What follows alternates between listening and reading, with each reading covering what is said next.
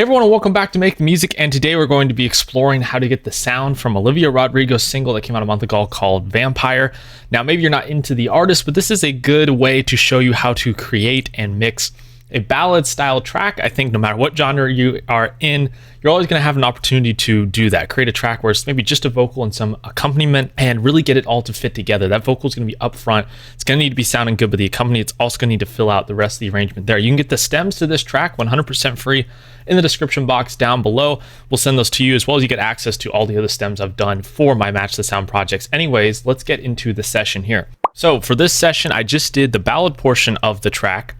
But there's still 22 tracks. There's a lot of orchestral elements and things like that. And I'm just going to dive into it. There's no drums on this one. And what I really want to start with here actually is my master bus chain, which is very similar to what I usually do. I'm usually using virtual mix rack here just to give it that virtual console feel, a little bit of thickness and shimmer on the entire mix. I use the EQ to add some highs. This is more of a pop track, so we want to give it that upper brightness. The SSL compressor, but it's not going to be hitting as hard like it would on a rock track since there's no percussion. So for example, if I play this here, so at times the compressor's not even doing anything, and so we're not looking to slam the crap out of this track. The limiter is doing a bit more work here as it's going to bring the volume up, and I'm using Ozone. I didn't match it to the track specifically, just used their pop setting to kind of even out some portions of the EQ there. So that's the master bus chain. Let's get right at the top here. I have the vocal because that was the most important thing for sure in this entire track. You heard the playthrough there, and you can hear the full playthrough at the end of the track. I'm starting off with some Metatune plugin.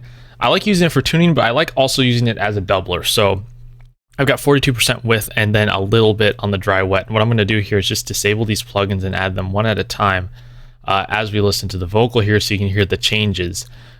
Every single word, let's talk about the editing. Every single word of this vocal, I edited to make sure that it was correct and that the syllables flow correctly and that the timing was on point. It's going to be up front. It has to be 100% on point here. So like if I have this portion of the vocal,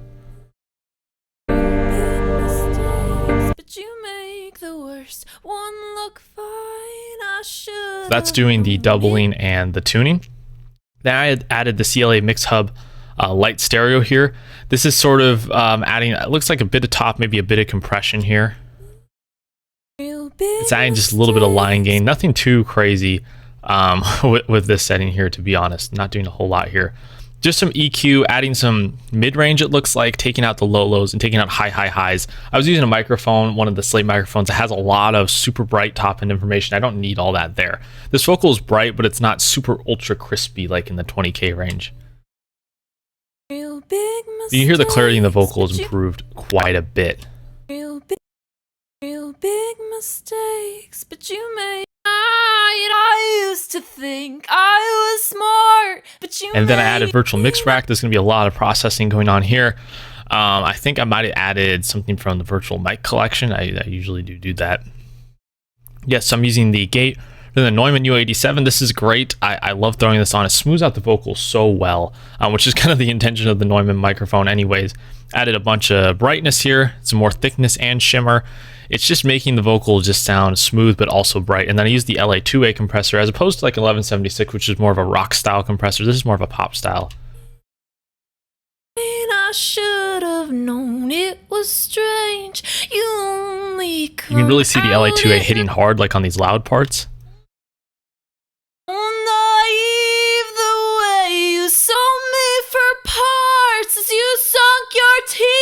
And it's really smoothing out that vocal in the best way possible. Then a de-esser, of course, those S's really start to get aggressive, especially with that much compression.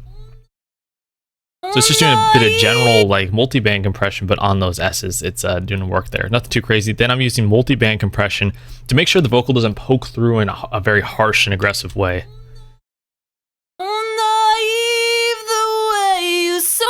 You can see it's doing up to 4 to 5 dB of gain reduction in that like 2 to 4K range. That's like that nasty frequency that really hurts your ears when you hear it in the car. And I want a little bit of that there. If you get rid of it, the vocal sounds really doesn't have any attack at all. It doesn't feel like a vocal anymore.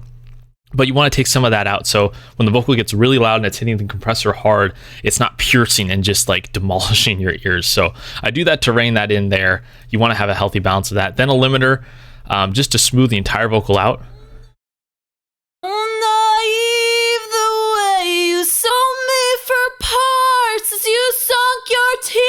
You can see the loud portions that's kicking in here.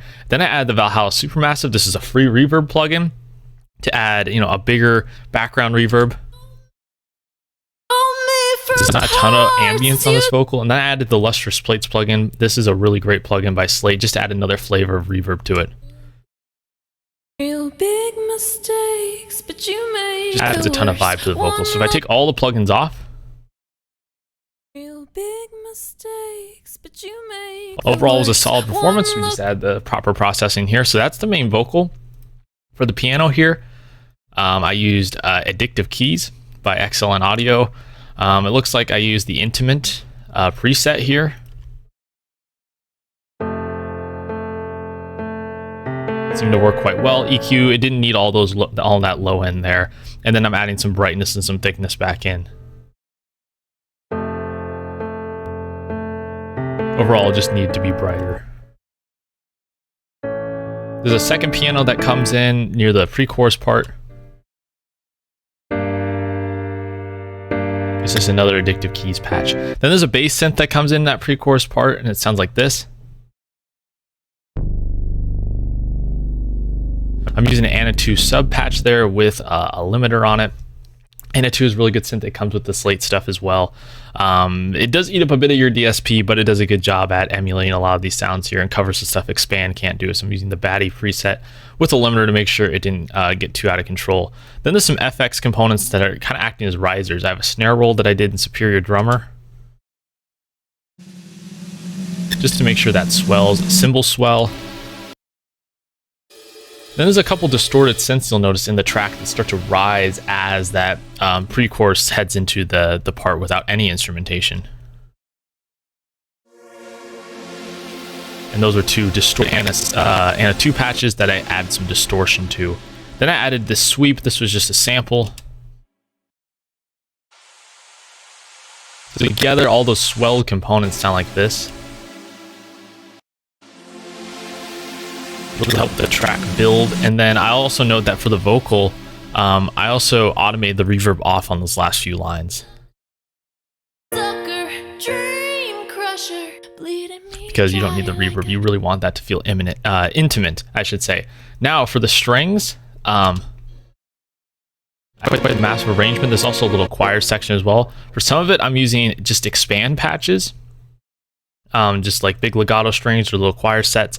Then I'm using this free plugin, I believe, which is called Visco 2 Orchestra. And like I said, I believe this is a free plugin, and it's incredible. It sounds great. I use it when I need real sounding string stuff. And so that's what I did for the orchestra here, just different layers of cellos and orchestra parts in different octaves. Nothing too advanced I'm doing here, composing wise. This adds a real feel. Like I said, when it comes to virtual orchestras or choirs, you want lots of different patches, lots of different layers, balanced, and it gives it a real organic feel as opposed to using one patch where you can tell it's synthetic. I don't like doing that. So the strings from like the Expand patches, like that, and then I added the Visco strings in just different libraries. I know there's amazing free or amazing paid libraries out there. I've just found these to get the job done. I might invest in them eventually, but I really like these. So all of them together, I added just some EQ, taking out lows, adding some highs, virtual mix rack, probably just to add some, harmonic content to it, darkening a little bit, but also brightening it. Then Valhalla, just to give it some ambience and life. Is that the whole thing?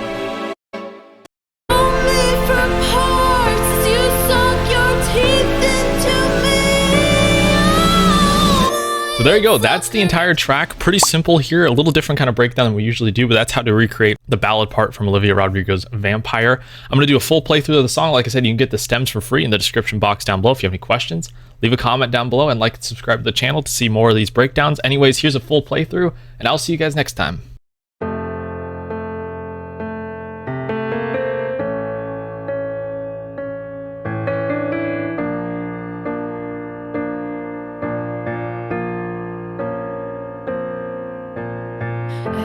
Give the satisfaction asking how you doing now. How's the castle built of people you pretend to care about? Just what you wanted. Look at you, cool guy. dime. And sometimes when I close my eyes, 6 months of torture you sold as some forbidden paradise. I loved you truly.